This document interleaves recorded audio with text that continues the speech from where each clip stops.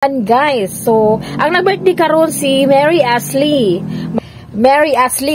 Then si Ate Malo ang kinakusgan. Then si Grace Jen moadto ko karon sa kadtong payag-payag kay para pud makita nako ang view. So mao na siya guys, at bang medyo at bang sa Canigao Island ang beach nga bag-ong tukod.